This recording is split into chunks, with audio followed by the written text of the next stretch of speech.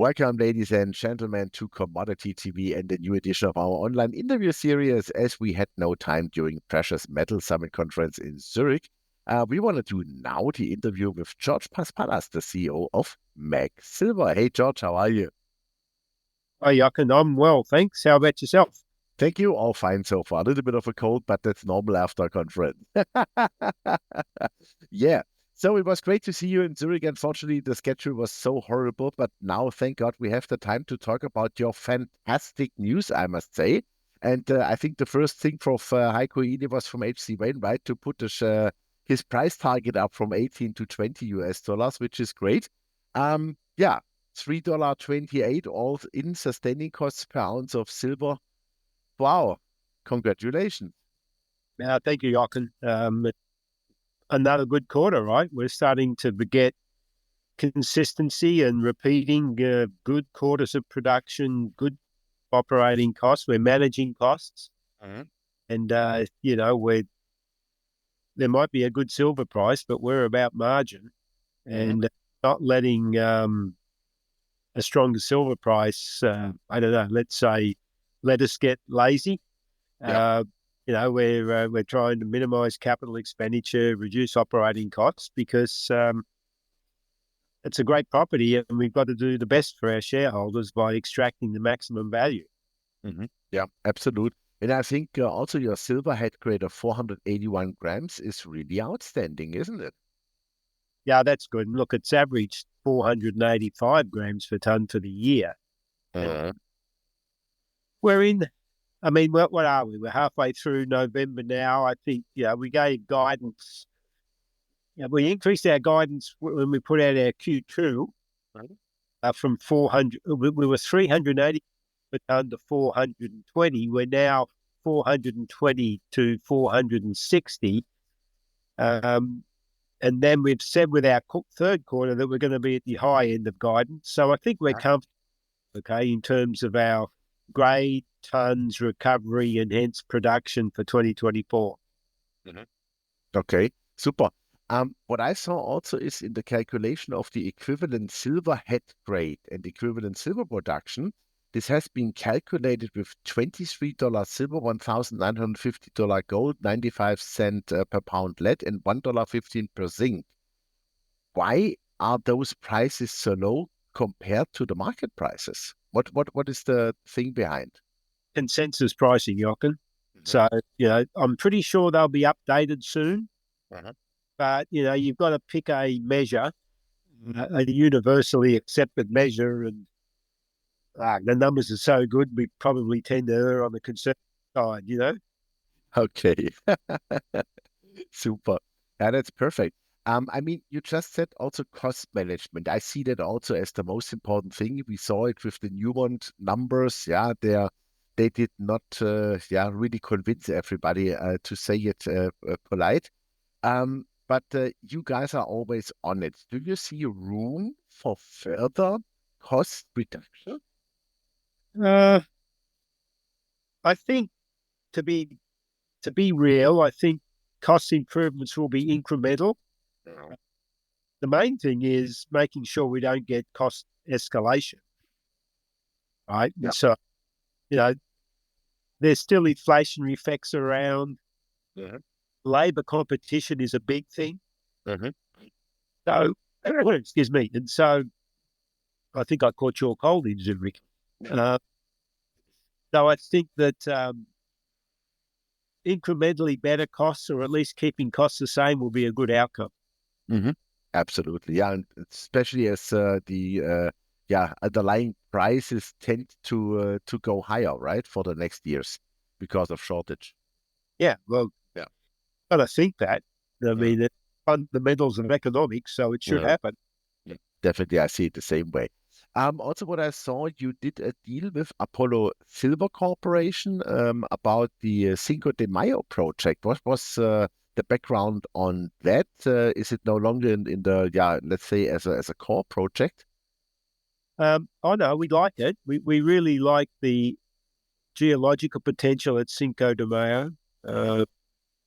We had the best intercept on that property in 2012, and it wasn't long after that there was eruption at the local ejido. There was infiltration there and extortionists, and we ended up not being able to access the property to follow up that drilling. That was 2012. We've worked for a while, and I think we've realised that as time goes on, people don't even understand what the issues are, but it's difficult for us to gain property now. So let's put it in some new hands. Is it people that have a good reputation for being able to achieve access on the ground in Mexico, put it with a company where this is going to be a premier asset, so it's going to get the right attention. And I'm actually very happy with the people at Apollo, their approach to it, and where Cinco is at the moment. We retain the right to have up to 20% of the property in terms of ownership. We do like it. I just think we realised paying the holding costs, butting our heads against the wall to keep getting on the ground, we were throwing money away. So let someone else carry the costs and work hard to get on the ground, and then we'll enjoy the upside. Yeah, absolutely. Yeah, because you got the 19.9% shares, right? Yeah. For the price equivalent. Okay, super. So you still have, let's say, your share at the hopefully then success. Yeah, that's the idea, right? Let's not be greedy, but let's let someone give their 100% attention, and let's make sure we protect ourselves if there's success, that we have a meaningful ownership. Exactly. So also important is exploration. At Juanicipio, you did over 8,200 meters in the underground. How any results already? Are you happy with what you have drilled?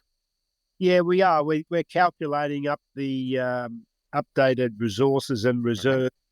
I think it's a lot of that underground drilling is infill, inferred, or stepping out from all of those structures we have there to grow the size of it.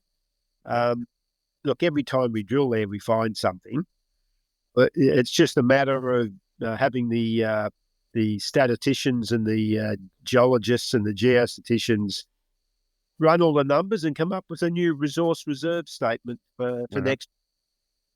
Okay, super. So that means you can replace like what you have mined or already. Well, let's hope, eh? And replace it, all of it, some of it, or maybe more. Let's see what. Yeah. Okay, super. Then question: you have the Deer Trail project and also the Larder project. So what I saw is you drilled like only 1,745 meters at Deer Trail, but over 12,600 at the Larder. What's the reason for that? Why you did on the one like only the 1,700 meters and the other 12,600? So during the drilling at Larder, drilling at Deer Trail in Utah was affected by a pretty significant bushfire that came through. Okay. Had to initially stop drilling. As the fire got closer, we actually had to take the rig off the mountain and the people, and then lost time. We lost a lot of time because of that fire. So that's why the meters are reduced there. Now we still like Deer Trail. We believe we're drilling now another spoke. So we'll just, we've got to get finish the holes, get the assays in, and then we should be able to tell a story there. Larder, the drilling's going well at Larder. It's quite a productive property to drill because you get a lot of meters and you get a lot of data. And you see that we announced in our quarterly filings there that we found some very high-grade grab samples at the Gold Stake property that we found. Now, we thought it's worthwhile just indicating that because we're excited about it and we think it's quite meaningful. But, we don't press release a drill hole or press release grab samples or things like that. We want to understand so we can tell investors the story of what this means. And so we've number of more grab sample assays coming in. We're getting to a point where we'll be doing a teach-in for Larder because we've found some pretty interesting stuff there. We're pretty excited about Larder. And because it's drilling so quickly, we're getting so much information. There's so much data. We just want to get our heads around everything that we've learned and found, and then and tell a very technically strong, coherent story about what it means. So that'll be in the first part of next year. Okay, super. You have now produced 6.2 million ounces equivalent silver in per let's say in the third quarter.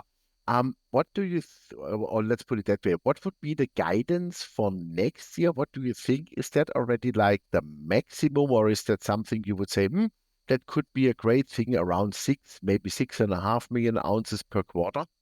Right. Well, we're working up the budget now for next year. So the short answer is, well, we don't know yet because we haven't done the work. We've just got mine planning engineers optimizing the mine plans to know what the tons and grade will be. It's a bit premature to give you that, but the one thing that is overarching at Juanicipio is, as time goes on, year on year, the silver grade is expected to go down. And so the technical report that we released in March this year shows that. The